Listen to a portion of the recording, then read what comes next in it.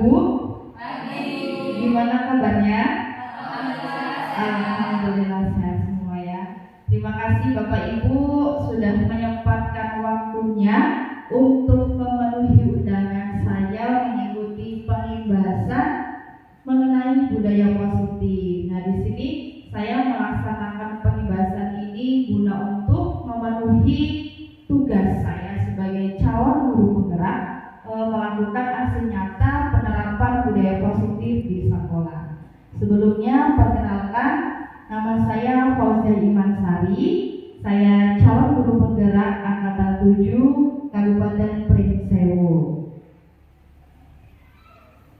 Ya, sebelumnya dalam kegiatan pembahasan ini yang akan kita pelajari yaitu yang pertama ada perubahan paradigma belajar, selanjutnya ada disiplin positif, kemudian ada kebutuhan dasar manusia, yang keempat ada posisi kontrol guru, selanjutnya ada keyakinan kelas, dan terakhir ada segitiga restitusi.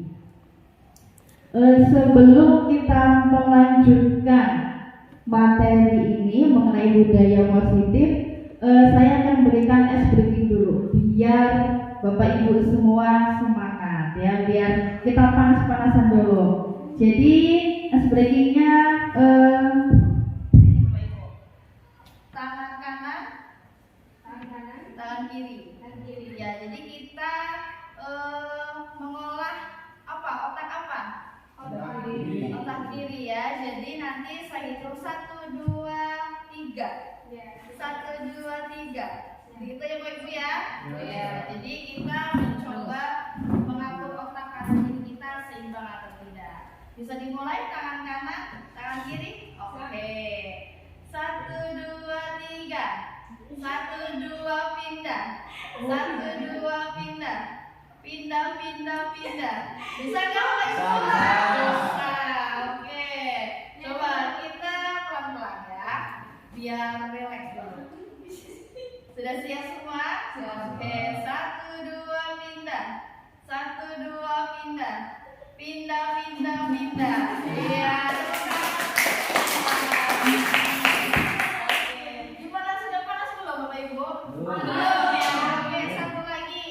Jadi tangan kanan juga, tangan kiri seperti ini. Ya, kita begini. Ya, jadi nanti yang setiap di kanan itu menggenggam, ya. Oke, saya beri contoh dulu. 1, 2 pindah. 1, 2 pindah. Jadi yang kanan itu menggenggam. Oke, kita mulai Bapak Ibu. 1, 2 pindah. 1, 2 pindah. 1, 2 pindah. Pindah. Bisa nggak Bapak Ibu? Susah. Sekali lagi, coba. Tangan kanannya. Iya. Coba Bapak Ibu ya, konsentrasi. 1, 2 pindah. 1, 2 pindah. Pindah. Iya. Terima kasih Bapak Ibu. Ini pemanasannya biar kita pas karena nanti akan 1 jam. Ya, 1 jam kita Bapak Ibu mengikuti saya mendengarkan materi yang akan saya sampaikan.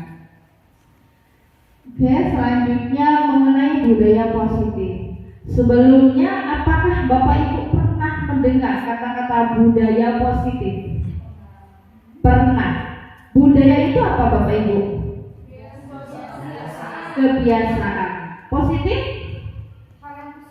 Hal yang positif, yang baik. Nah, berarti budaya positif ini adalah kebiasaan yang baik. Nah, di sini mengapa ada yang melatar belakangi budaya positif itu perlu dilaksanakan di dalam lingkungan sekolah maupun kelas. Ya, jadi latar belakang budaya positif itu yaitu suasana positif sangat mendukung dalam menciptakan pembelajaran yang kondusif. Karena dengan suasana yang positif, murid dan guru akan menemukan suatu kondisi pembelajaran yang menyenangkan, sehingga proses pembelajaran dapat berjalan dengan efektif, Tetapi suatu kebutuhan suasana positif juga akan membantu menggerakkan moral yang positif bagi murid, sehingga karakter murid yang tidak hanya terbentuk dari akademik atau intelektualnya saja, tapi juga dari lingkungan yang ada. Nah, ini yang melatar belakangi mengapa penting budaya positif itu dilaksanakan di dalam di lingkungan sekolah maupun kelas. Nah, Bapak Ibu, apakah selama ini menjadi guru sudah menciptakan suasana pembelajaran yang menyenangkan bagi murid? Sudah belum Bapak Ibu? Sudah. Ya, contohnya seperti apa? Ada yang bisa beri contoh pembelajaran yang menyenangkan bagi murid? Pembelajaran yang diselingi dengan baking, Bu. Oke, terima kasih Bu Desita. Ya, jadi Bu Desita sudah menerapkan pembelajaran yang menyenangkan bagi murid.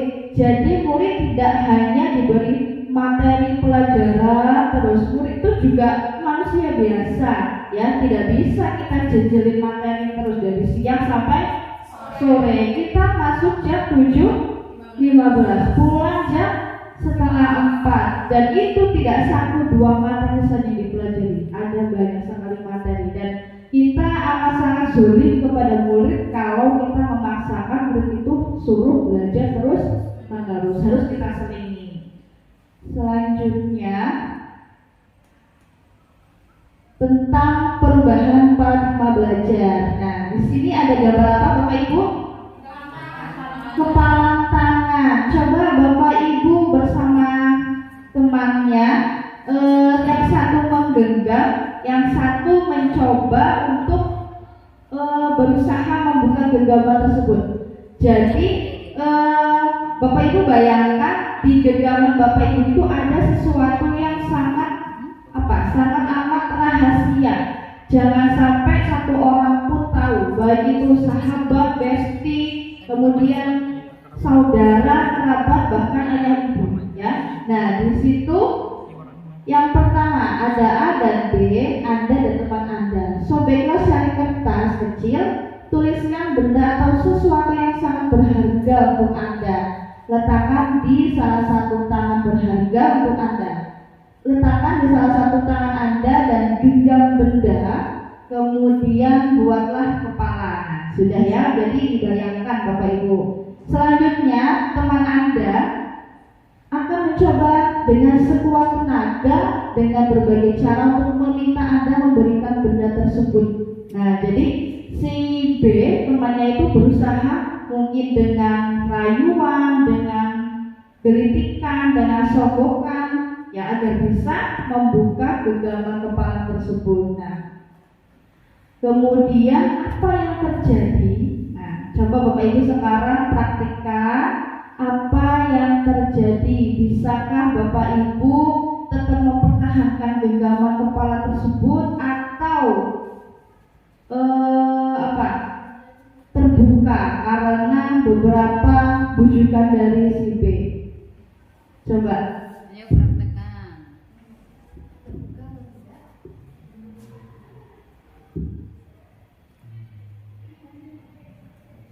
Sudah dijawab. Tidak, Bu. Tidak, kenapa tidak? Ini sangat rahasia ya, Sangat rahasia. Oke. Adakah yang terbuka, Bapak Ibu? Tidak ada. Jadi semua mempertahankan genggamannya. Nah, itu. Nah, apa hubungannya? Nah, di sini tentang kontrol diri. Jadi hanya kita yang bisa mengontrol diri sendiri, bukan orang lain. Walaupun orang lain itu melakukan dengan paksaan, dengan rayuan, dengan apapun itu, dengan berbagai cara. Tapi kalau kita bisa mengontrol diri kita sendiri, orang lain tidak akan bisa mengendalikan kita. Nah, di sini mengenai perubahan paradigma belajar.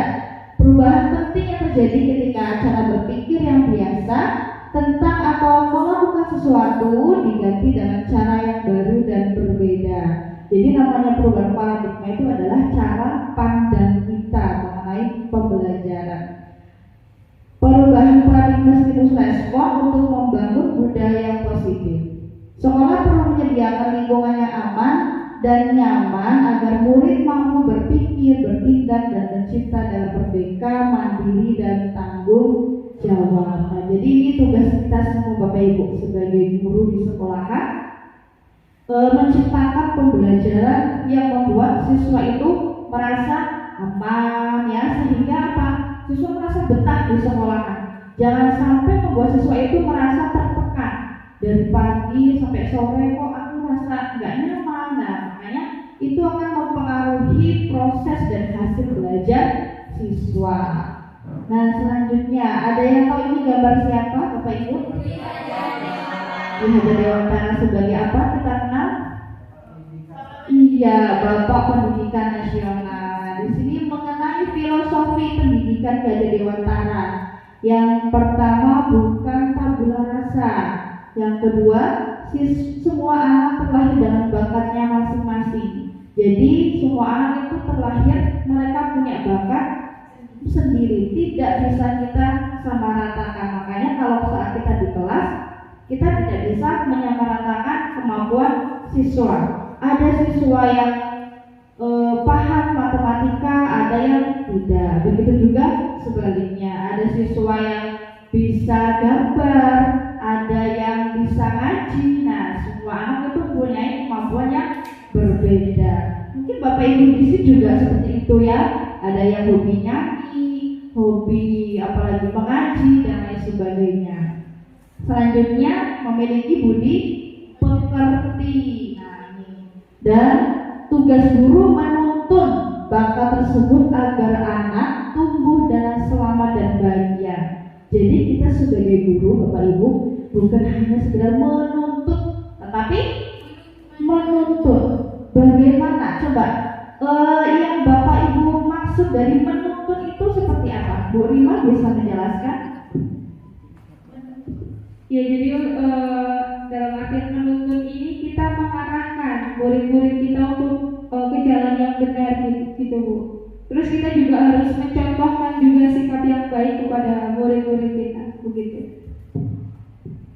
Terima kasih Bu Rima, benar sekali. Jadi ibu-ibu bapak masih ingat saat masih punya anak kecil ya? Nah, biasanya kan kalau anak itu ingin jalan, itu pasti minta dituntun. Yang bagaimana menuntun itu Bapak Ibu? Seperti tadi mengarahkan ya, memilih jangan sampai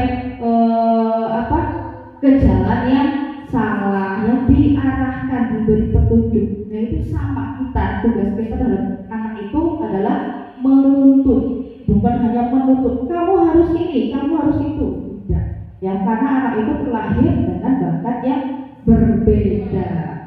Selanjutnya, guru ibarat petani, anak ibarat biji jagung. Maksudnya bagaimana? Jadi seorang petani itu kan yang namanya petani punya tanaman di sawah. Nah, pasti punya sesuatu yang harus diperlukan oleh tanaman tersebut. Misal nanam jagung. Yang dibutuhkan jagung itu apa agar jagung itu tumbuh dengan bagus, dengan hasil yang memuaskan? Biasanya perlukan apa? Pupuk, kemudian cara perawatannya bagaimana, kalau ada hama dihilangkan dengan cara dipupuk. Nah, sama tugas kita sebagai guru itu seperti petani. Kita memberikan apa yang dibutuhkan oleh siswa. Siswa ini bisa di geografi. Nah, kita kasih sarana yang bisa menunjang anak tersebut sehingga bisa untuk meningkatkan potensi dia di dalam mapel biologi tersebut. Selanjutnya kodrat alam dan kodrat zaman. Kita saat sekolah dengan anak saat ini berbeda tidak Bapak Ibu?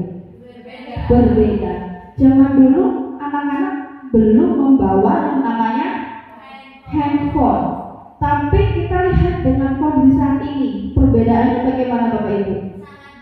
Iya, sangat signifikan sekali ya. Zaman dulu tidak ada satupun siswa yang berani mengeluarkan handphone di atas meja. Tetapi yang kita lihat saat ini pada kenyataannya semua siswa Bapak Ibu yang lihat di kelas?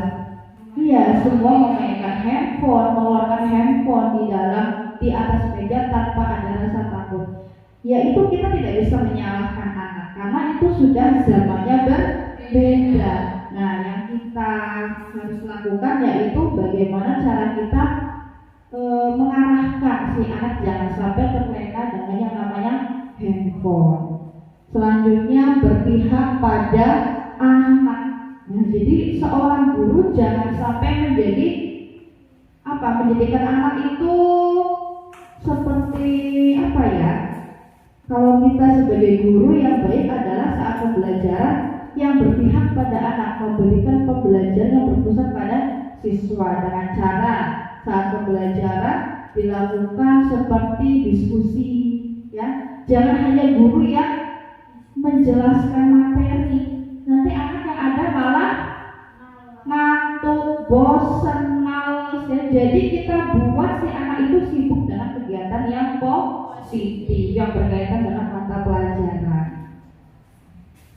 Ya, selanjutnya untuk membangun budaya positif, sekolah perlu menyediakan lingkungan yang positif, aman dan nyaman agar murid mampu berpikir, bertindak dan mencipta dalam merdeka. Lazimnya disiplin dikaitkan dengan kontrol. Nah, dalam hal ini kontrol guru dalam menghadapi murid. Ya, di sini ada kalimat bisakah kita mengontrol seseorang? Nah, tadi sudah kita praktekkan kan dari genggaman tangan. Yang pertama stimulus respon di situ kita mencoba mengubah orang agar berpandangan sama dengan kita. Nah, teori kontrol yang sebenarnya itu kita berusaha memahami pandangan orang lain tentang dunia. Selanjutnya, perilaku buruk dilihat sebagai suatu kesalahan. Teori kontrolnya itu semua perilaku memiliki tujuan. Nah, pasti di sini kita lihat siswa kan banyak sekali beragam perilakunya Bapak Ibu ya. Ada yang apa? Pendiam, terus nakal, kemudian sangat aktif. Nah, itu semua pasti punya tujuan. Kita tidak tahu tujuan anak tersebut. Misal anak itu terlalu aktif atau suka banyak pola. Nah, kenapa? Mungkin karena di rumahnya kurang perhatian sehingga dia mencari perhatian di sekolah. Selanjutnya, orang lain bisa mengontrol saya. Sebenarnya hanya Anda yang bisa mengontrol diri sendiri.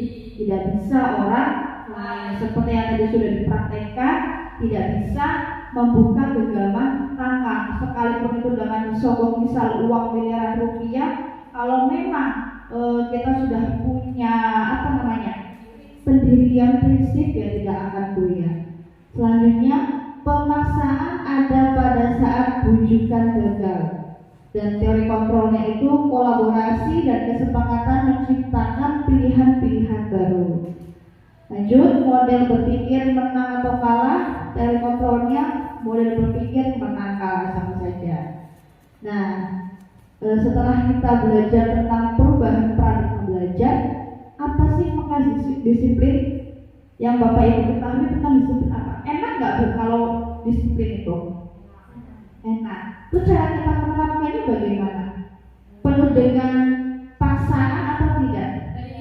Iya, harus dari diri sendiri. Nah, disiplin sering dikaitkan dengan tata tertib, teratur dan kepatuhan pada peraturan. Tetapi namanya peraturan kadang sering anak-anak langgar ya Bapak Ibu ya. Nah, misal di sekolahan, peraturan masuk sekolah itu jam 7.15, tapi masih banyak siswa yang berangkat lebih dari jam itu. Ya karena apa? Itu belum ada kesadaran dari diri sendiri. Tugas kita sebagai guru bagaimana cara memunculkan motivasi dari dalam diri siswa tersebut. Selanjutnya, kata disiplin juga sering dihubungkan dengan hukuman. Padahal itu sungguh berbeda karena belajar dengan disiplin tidak harus dengan memberi hukuman. Justru itu adalah salah satu alternatif terakhir dan kalau perlu tidak digunakan sama sekali. Jadi Bapak Ibu, kalau bisa kita sebagai guru jangan pernah lagi berikan anak itu hukuman. Karena yang ada bukan membuat anak itu jerah, tetapi merasa sakit hati, kecewa. Nanti ada kita malah diguna-guna karena sakit hatinya sama si ibu itu. Ya berangkat ke Mbah Dukun, disantet, bagaimana? Yang repot sih atau Bapak Ibu? Kita sendiri ya. Jadi hukuman itu sudah tidak baik ya, sudah tidak berlaku. Itu sudah zaman dulu kita sekolah ya, berbeda. Karena mental anak saat ini juga sudah berbeda. Kita melempar si anak dengan penghapus. Yang ada apa? Anak lapor kepada orang tua, kita guru dituntut. Padahal yang salah siapa? Siswa. Tetapi ya saat ini memang zamannya berbeda. Makanya seperti tadi dikatakan ya Dewantara, kodrat alam dan kodrat zamannya sudah berbeda. Nah selanjutnya Raja Dewantara menyatakan bahwa untuk mencapai kemerdekaan atau dalam konteks pendidikan saat ini dan untuk menciptakan murid yang merdeka, syarat utamanya adalah harus disiplin. Disiplin yang dimaksud adalah disiplin diri yang memiliki motivasi internal. Jadi memang kesadaran dari dalam diri sendiri, bukan karena orang lain. Nah, di sini disiplin positif adalah suatu cara penerapan disiplin tanpa kekerasan dan ancaman yang dalam prakteknya melibatkan komunikasi tentang perilaku yang efektif antara guru dan murid. Jadi dalam kita menciptakan disiplin itu tidak boleh yang namanya dengan menggunakan hukuman dan ancaman kekerasan, itu sudah tidak boleh. Karena semua itu ada undang-undangnya. Sekarang kita tidak boleh memberikan sesuatu yang berupa kekerasan kepada siswa. Selanjutnya dalam penerapan disiplin positif ini, murid diajarkan untuk memahami konsekuensi dari perilaku mereka. Selain itu, disiplin positif mengajarkan murid tanggung jawab serta rasa hormat dalam berinteraksi. Nah, ini pentingnya kita membuat perjanjian dengan siswa, bukan hukuman, tetapi konsekuensi. Apa beda hukuman dan konsekuensi, Bapak Ibu? Kalau hukuman langsung dari gurunya, tapi kalau konsekuensi ada kesepakatan antara dua belah pihak, si guru dan siswa. Misal di dalam kelas, kalau datang terlambat, konsekuensinya apa?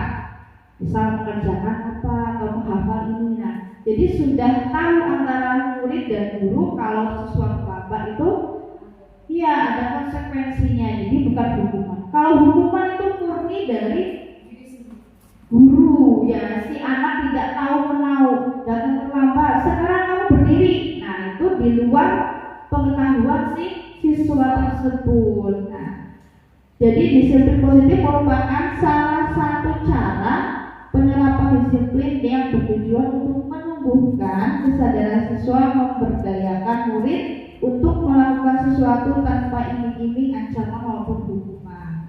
Nah ini, jadi alangkah indahnya sekolah kita kalau semua siswa sudah menerapkan yang namanya disiplin.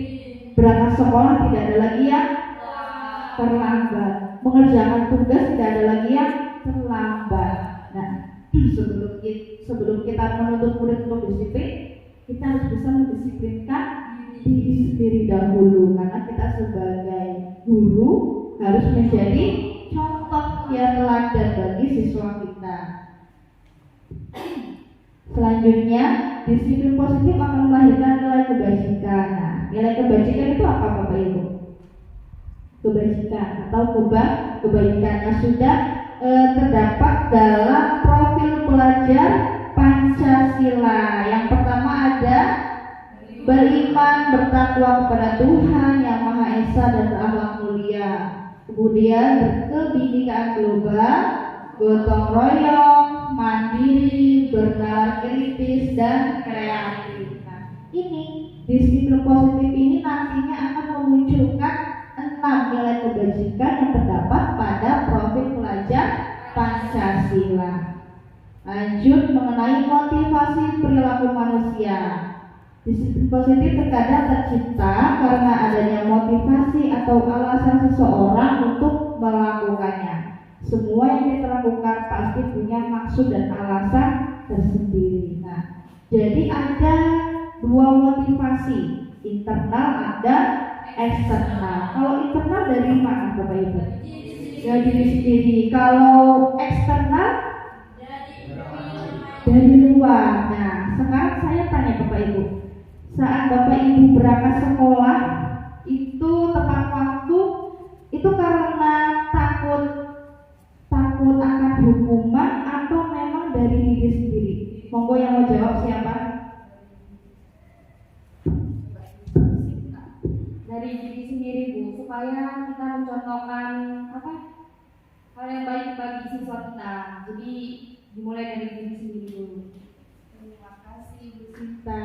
Jadi alhamdulillah saat Ibu Sinta berangkat sekolah tepat waktu itu bukan dari luar, tapi memang kesadaran sendiri, menyadari akan tugasnya sebagai guru, menjadi teladan contoh yang baik untuk siswa kita. Jangan sampai setiap hari kita datang terlambat. Nanti yang ada siswa itu si Ibu Sinta aja datang terlambat, masa kita nggak boleh. Nah, seperti itu ya, jangan sampai. Itu nanti akan mencederai kita sebagai guru.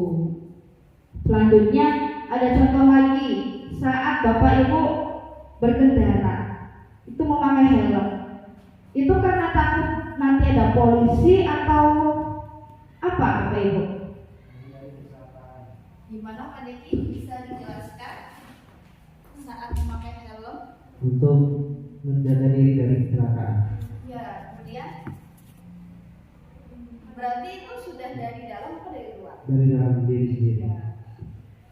Benar sekali untuk Bapak Diki. Jadi saat kita memakai helm memang benar-benar untuk keselamatan diri sendiri. Nah, berarti itu sudah motivasinya sudah dari dalam. Tidak lagi karena nanti karena di jalan akan ada polisi. Nah, tidak seperti itu ya. Jadi memang kita sadar bahwa keselamatan itu penting. Kita memakai apa ini namanya helm, jaket segala macam. Kalau yang namanya lagi apes ya apes aja ya. Tapi ya usaha kita untuk melindungi diri itu lebih baik mencegah daripada mengobati. Lanjut. Nah, di sini ada tindakan guru. Saya minta pendapat Bapak Ibu mengenai hukuman atau konsekuensi. Yang pertama, mencatat 100 kali di dalam buku kalimat saya tidak akan terlambat lagi karena terlambat sekolah. Ini hukuman atau konsekuensi? Hukuman. Selanjutnya yang kedua, lari mengelilingi lapangan basket 2 kali karena terlambat hadir di sekolah. Hukuman. Murid diminta untuk push up 15 kali karena tidak menggunakan masker di sekolah. Hukuman juga. Menggantikan kertas tugas rumah yang telah dicoret-coret. Konsekuensi. Membersihkan tumpahan air di meja tulis karena tersenggol pada saat belajar. Meminta murid tidak mengenakan sepatu harian di sekolah karena tidak mengenakan sepatu hitam. Mata konsekuensi hukuman. Lari mengelilingi lapangan basket 2 kali karena terlambat 10 menit untuk pelajaran PJOK. Coba kita lihat. Ya, benar sekali Bapak Ibu, ternyata hebat-hebat ya, luar biasa. Ya, jadi berarti Bapak Ibu semua sudah bisa membedakan mana hukuman, mana konsekuensi. Kalau hukuman itu ya si anak tidak tahu nanti kalau dia melanggar sesuatu akan melakukan apa ya. Tapi kalau konsekuensi sudah tahu konsekuensinya kalau melanggar melakukan hal yang sudah ditentukan. Lanjut, di sini ada perbedaan hukuman dan konsekuensi. Yang pertama, hukuman itu sesuatu yang menyakitkan harus terjadi. Bapak Ibu, apakah dulu saat sekolah pernah mendapatkan hukuman? Pernah. Saat apa Bapak Ibu? Terlambat juga. Apa hukumannya? Iya, kemudian pasti ada lagi. Membersihkan WC biasanya ya. Nah, itu hukuman. Dan sekarang itu tidak boleh lagi kecuali sudah disepakati antara guru dan siswa. Nah, konsekuensi itu sesuatu harus terjadi. Yang kedua, membuat anak sakit fisik maupun hati jangka waktu waktu lama. Jadi memang namanya hukuman itu bikin si siswa sakit hati, ya. Pasti selalu diingat terus. Nanti sudah menikah sampai punya anak, lihat bapak itu dulu, bapak itu menghukum saya sendiri, nah itu. Tapi kalau konsekuensi tidak, membuat anak merasa tidak nyaman dalam jangka waktu pendek. Karena nanti kalau dia melanggar terus akan mendapat konsekuensi yang sudah diberitahu di awal. Lanjut, kalau hukuman itu akan membenci kedisiplinan. Ya, karena gara-gara disiplin saya jadi dihukum. Tapi kalau konsekuensi anak menghargai disiplin. Saya harus disiplin agar tidak mendapatkan konsekuensi yang sudah disepakati. Nah, kemudian kalau hukuman ini apa Bapak Ibu? Paksaan, dipaksa. Tapi kalau konsekuensi stimulus atau tanggapan. Selanjutnya, kalau hukuman mendorong akan menyakiti diri sendiri, kalau konsekuensi mendorong anak agar mudah menyesuaikan diri. Lanjut, konsep diri yang buruk. Kalau konsekuensi, konsep diri yang baik. Kalau hukuman, anak belajar untuk menyembunyikan kesalahan. Kalau konsekuensi, anak belajar untuk mematuhi peraturan. Dan terakhir, kalau hukuman ini membuat anak marah, merasa bersalah, dipermalukan, merasa tak dihargai. Apalagi saat terlambat, suruh berdiri atau suruh hormat tiang bendera. Itu membuat anak apa? Apakah dengan hukuman tersebut membuat anak semakin disiplin? Tidak, malah kesel. Bahkan mungkin besok tidak lagi berangkat sekolah karena malu, merasa dipermalukan oleh teman-temannya. Tapi kalau konsekuensi, kehilangan hak, dibuat tidak nyaman, diasingkan untuk sementara. Nah itu, jadi kita harus pahami Bapak Ibu ya mengenai hukuman dan konsekuensi. Selanjutnya, 5 kebutuhan dasar manusia. Nah, kita sebagai guru pun mempunyai 5 kebutuhan dasar. Saya, Bapak Ibu semuanya. Yang pertama, kebutuhan bertahan hidup. Nah, saat mengantuk, pasti kebutuhan dasarnya ingin tidur. Ya, jadi itu bentuk apa? Kebutuhan dasar yang dibutuhkan oleh diri kita. Tidur, kemudian makan, badannya sehat, keamanan, kenyamanan. Nah itu biasanya lebih ke bentuk fisik. Selanjutnya kebutuhan yang kedua ada kasih sayang dan rasa diterima. Nah pasti kita semua, murid pun semua harus merasakan yang namanya kasih sayang. Mungkin yang dari kecil tidak mendapatkan kasih sayang orang tuanya akan berbeda dari yang mendapatkan kasih sayang orang tua. Biasanya kalau yang tidak mendapatkan sayang lebih apa? Lebih bahagia di luar, lebih ingin diperhatikan orang tua karena di dalam rumah dia tidak mendapatkan kasih sayang dari orang tua. Iya, benar sekali. Jadi di rumah mereka tidak ada perhatian, makanya mencari perhatian di luar. Biasanya lebih mencolok, lebih. Bapak Ibu pernah kan sekolah, di kelas pasti ada anak yang beda polanya. Kadang suka berantem, suka bolos. Kenapa sih? Yaitu karena kurang perhatian dari orang tuanya. Nah, ini harus kita lihat justru kita di kelas. Misal si aku begini, si A begini, itu kenapa? Kita cari alasannya kenapa. Kemudian penguasaan atau power. Nah, misalnya kita sebagai guru memberikan tugas membaca puisi kepada anak. Anak itu pasti sudah siap. Nah, kita harus tahu bahwa si A ini sudah siap, dia pengen ditunjuk. Nah, kalau tidak ditunjuk, yang merasa kecewa siapa? Siswanya. Saya sudah belajar, tapi kok tidak ditunjuk. Nah, itu. Selanjutnya ada kebebasan. Nah, kebebasan itu sangat dibutuhkan yang namanya oleh manusia. Kita, murid kita pun perlu kebebasan. Tidak enak kan dikekang terus ya. Contoh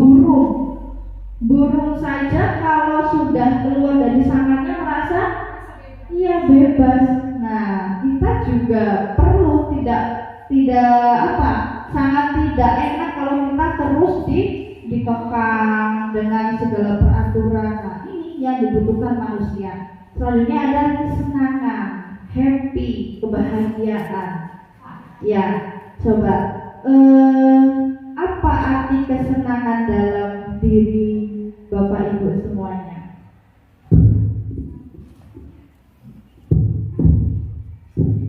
Ya, jadi arti kesenangan dalam hidup saya yaitu saya bisa merasakan kebahagiaan dalam menjalani kehidupan sehingga hidup saya menjadi lebih bermakna gitu Bu. Terima kasih Bu Rima. Nah, jadi hidup itu perlu dengan sesuatu yang menyenangkan. Apabila dari kelima ini salah satu saja tidak kita penuhi, rasanya bagaimana? Ada yang kurang, hampa. Apalagi hidup tanpa kesenangan, tanpa kasih sayang, pasti akan hampa, kosong ya. Nah, begitu. Selanjutnya ada 5 posisi kontrol guru. Nah, yang pertama ada penghukum, yang kedua pembuat rasa bersalah, ada guru sebagai teman, guru sebagai pemantau, dan guru sebagai manajer.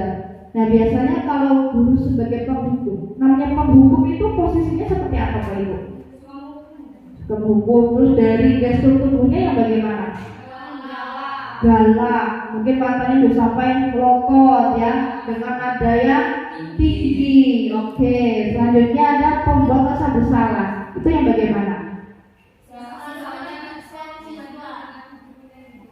Iya, jadi membuat siswa itu merasa dirinya bersalah dengan kesalahan yang sudah diperbuat. Kemudian guru sebagai teman.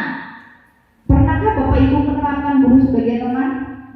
Ya, dengan cara bahasanya ya sebagai kita sebagai teman ya. Kemudian sebagai pemantau dan manajer. Nah, sebelum kita lanjut, saya akan menunjukkan videonya.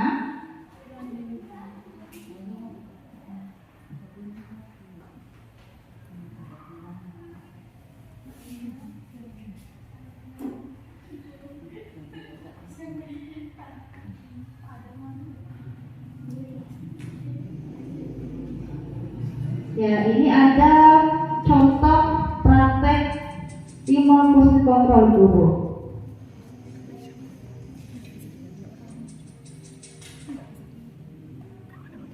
Silakan disimak Bapak Ibu.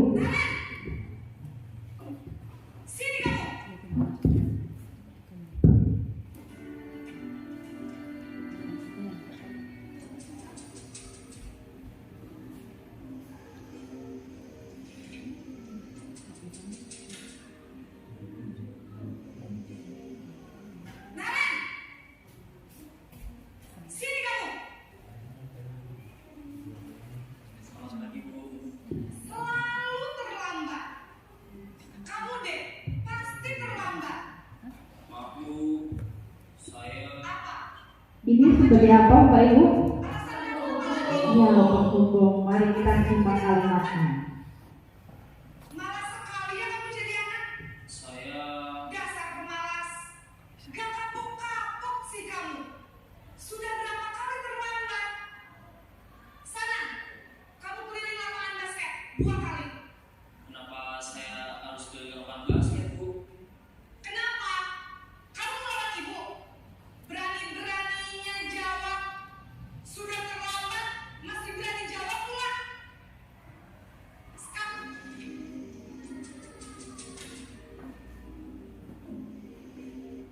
Pasti terlambat. Maaf, Bu. Saya Apa? Apa coba? Alasan kamu apa lagi?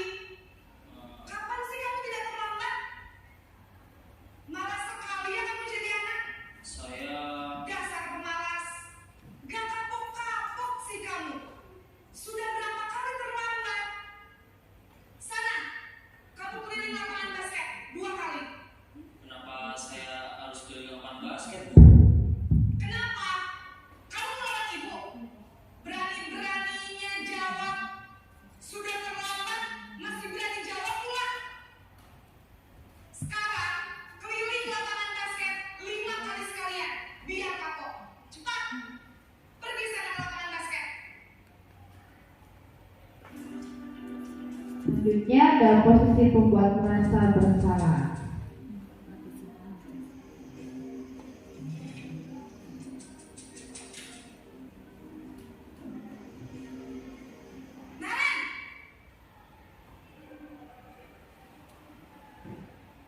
Selamat pagi, Bu.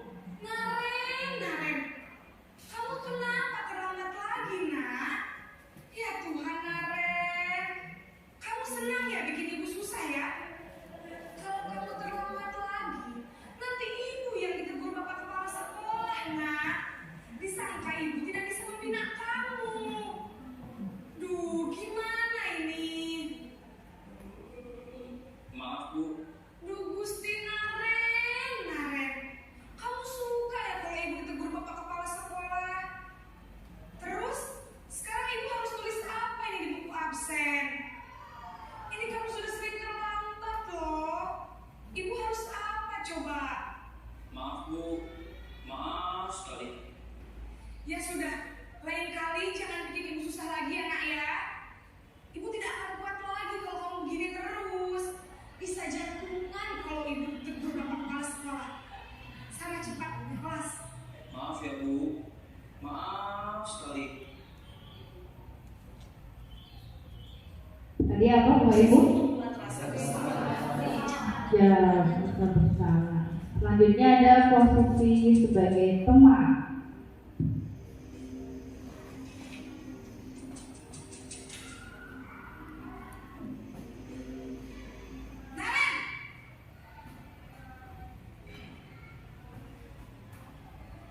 Selamat pagi, Bu.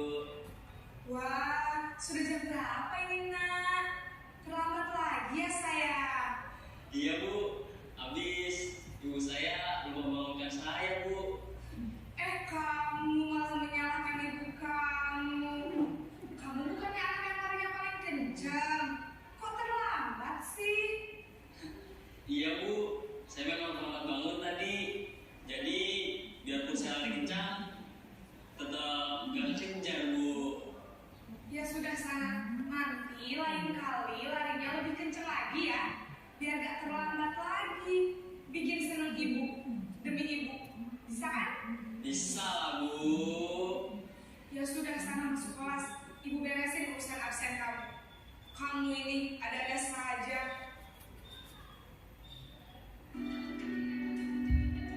Selanjutnya ada posisi sebagai pemantau. Kelihatan nggak Bapak Ibu? Ya, nggak muncul di layar.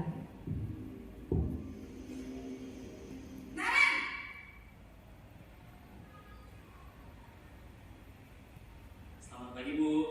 Naren, apa peraturan sekolah kita tentang jam berapa kita harus masuk sekolah, nak? Kita harus di sekolah jam 7, Bu. Iya betul, sekarang sudah jam 7.20. Naren sudah tahu konsekuensinya jika terlambat hadir. Paham, Bu. Saya harus tinggal kelas pas jam istirahat selama 20 menit. Iya benar, konsekuensinya demikian. Jadi nanti jam 9.30 pas istirahat, kamu harus tinggal di kelas, kerjakan tugas tambahan untuk ketertinggalan kamu, ya? Baik, Bu. Sebagai yang terakhir, manajer.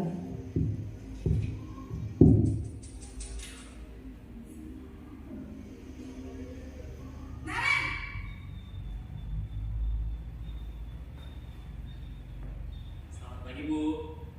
Selamat pagi, Naren. Maaf, Bu. Saya terlambat.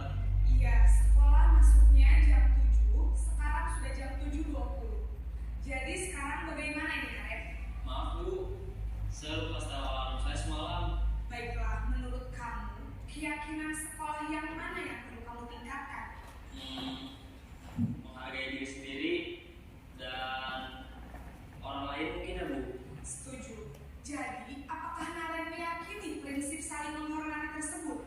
Iya, Bu. Saya meyakininya.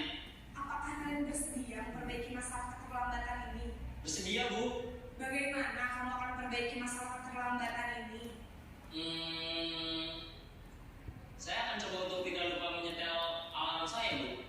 Baik, kalau Naren lupa menyetel alarm di rumah, ada orang yang kira-kira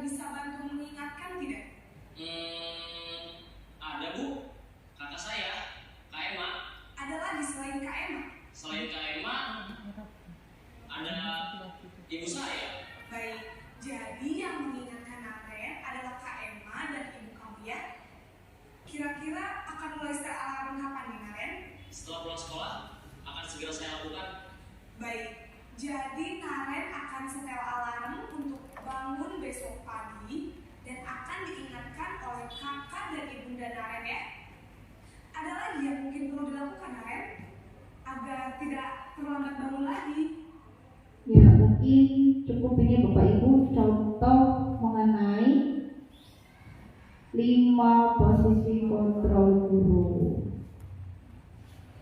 Ya, jadi kira-kira dari 5 contoh posisi kontrol tadi, mana yang sudah Bapak Ibu terapkan kepada siswa? Ada Bapak Ibu yang mau menjawab?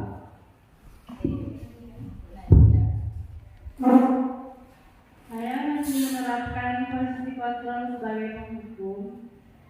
Saat siswa masuk kelas terlambat, saya memberikan hukuman berupa siswa saya suruh berdiri di depan kelas untuk membuat efek gerak agar siswa tersebut tidak mengulangi lagi. Jadi Ibu Nadia sudah menerapkan posisi menghukum dengan cara memberikan sanksi saat siswa terlambat disuruh berdiri. Apakah besoknya siswa tersebut tetap terlambat atau tidak, Ibu Nadia? Tetap terlambat. Iya, berarti hukuman tersebut tidak membuat efek jerah terhadap siswa yang ada. Siswa tersebut apa? Kesal ya, kecewa.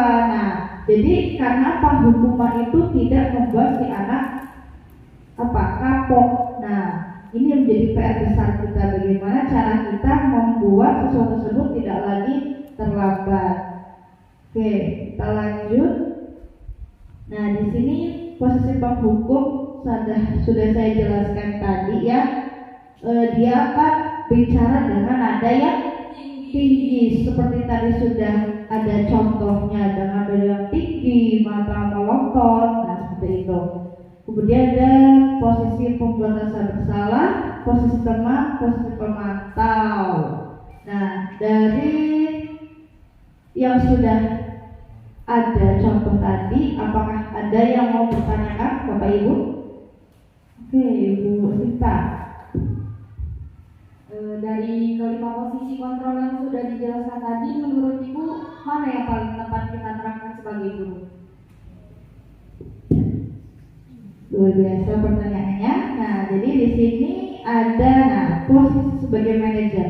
Ini adalah posisi paling ideal. Nah, ini pun menurut saya juga paling ideal bagi kita sebagai guru. Jadi namanya manajer itu kita memberikan si anak solusi atas permasalahan yang dihadapi. Jadi kita tanyakan dulu, si anak terlambat kenapa?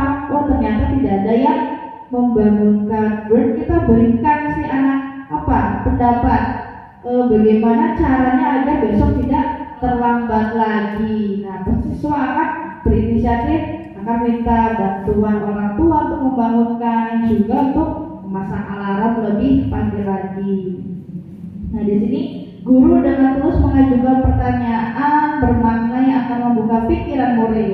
Guru membimbing murid untuk memecahkan masalahnya sendiri. Akibatnya murid menjadi mandiri, bertanggung jawab, dan dapat memecahkan masalah sendiri. Oke, selanjutnya langkah apa yang harus kita ambil untuk mewujudkan disiplin positif? Nah, jadi di awal disiplin positif itu bisa terlaksana dengan adanya budaya positif, dalam siswa tidak terlambat dan lain sebagainya. Bentuklah keyakinan kelas. Nah, apakah Bapak Ibu sudah membentuk keyakinan kelas di kelas Bapak Ibu aja? Mungkin ada yang sudah, ada yang belum. Kalau Ibu Rima bagaimana? Ya, jadi saya sudah membuat keyakinan kelas bersama murid-murid saya di kelas 12 IPA 1, dan mereka menyepakati hasil diskusi mereka dan dilaksanakan dengan baik. Hasil dari itu, Hasil dari keyakinan kelas setelah dijalani. ya murid-murid saya lebih disiplin, lebih bertanggung jawab atas apa yang telah diyakini dan ditetapkan gitu, Bu. Ya, Ibu Rima sudah menerapkan yang namanya pembentukan keyakinan kelas atau kontrak belajar. Ada yang belum menerapkan keyakinan kelas di sini, Pak Ibu? Ibu Widi sudahkah menerapkan? Saya belum menerapkan keyakinan kelas bagi siswa-siswa saya, dan saya akan menerapkan keyakinan kelas itu setelah melihat dan mengetahui apa itu keyakinan kelas seperti itu. Jadi ada hikmahnya juga ya Bu ya, kita melakukan pembebasan ini. Mungkin ada juga yang sudah, tetapi tidak tahu kalau itu bentuk keyakinan kelas. Nah, di sini saya menerapkan keyakinan kelas di kelas 12 IPA 1. Yang pertama saya memberikan arahan bagaimana keyakinan kelas itu yang baik. Kemudian saya memberikan stick note yang dibagikan kepada siswa, yang kemudian siswa itu berdiskusi menentukan keyakinan apa yang akan mereka sepakati bersama, yang kemudian ditempel di papan tulis untuk dilaksanakan. Alhamdulillah hasilnya pun siswa sesuai dengan pendapat Ibu Rima menjadi semakin disiplin, saling menghargai, menghormati sama. Selanjutnya, apa itu perbedaan peraturan dan keyakinan? Kalau peraturan biasanya apa? Tatanan. Tetapi kalau keyakinan atau kepercayaan. Peraturan kita ada di sekolah. Peraturan sekolah berarti yang membuat adalah sekolah.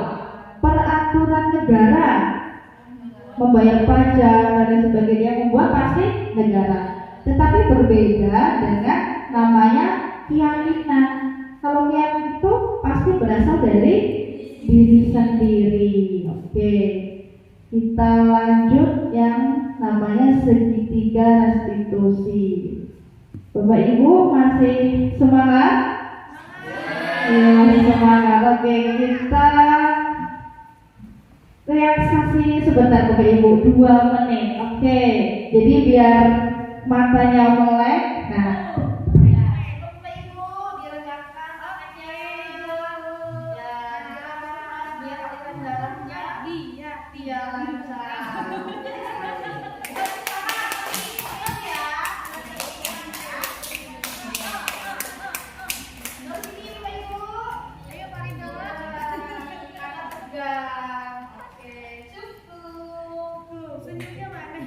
senyumnya mana Pak Ibu?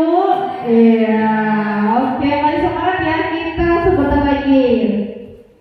Selanjutnya ada segitiga restitusi. Apa sih segitiga restitusi? Yaitu proses menciptakan kondisi bagi murid untuk memperbaiki kesalahan mereka, sehingga mereka bisa kembali pada kelompok mereka dengan karakter yang lebih kuat. Nah, jadi segitiga restitusi ini kita terapkan saat siswa melakukan sebuah kesalahan ya. Jadi ada tahapannya. Di sini yang pertama menstabilkan identitas, yang kedua validasi tindakan, yang ketiga menanyakan keyakinan. Oke, saya mau bertanya, jika di kelas ada siswa yang melanggar peraturan, apa yang Bapak Ibu lakukan? Boleh Ibu muda? Harus berbicara gitu, harus dikasih tahu apa gimana gitu, terus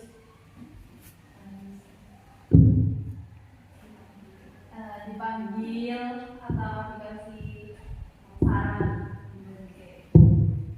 Ya, jadi benar sekali. Jadi kita tidak boleh mempermalukan anak tersebut di depan teman-temannya. Kalau si A berbuat kesalahan harus kita panggil, kita bicara empat mata ya, bukan kita mengatakan si A ini tidak benar di depan teman-temannya. Yang terjadi malah akan ditakutkan terjadi pembulian ya. Oke.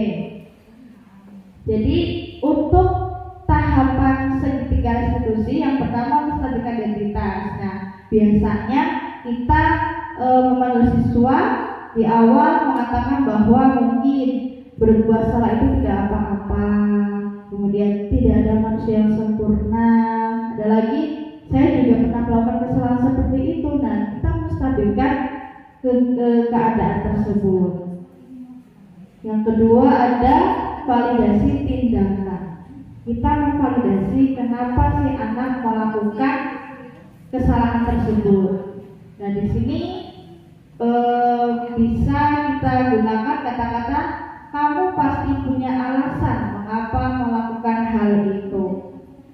Oke, ada lagi, kamu boleh mempertahankan sikap itu, tapi kamu harus menambahkan sikap yang baru. Selanjutnya ada menanyakan keyakinan. Nah, kan di awal sudah kita buat yang namanya keyakinan kelas. Nah, kita tanyakan kembali, apakah masih ingat keyakinan kelas yang sudah ditetapkan bersama? Nah, di sini jadi si anak itu bisa introspeksi diri, oh ya ternyata selama ini saya sudah melanggar keyakinan kelas yang sudah disepakati bersama. Nah, kemudian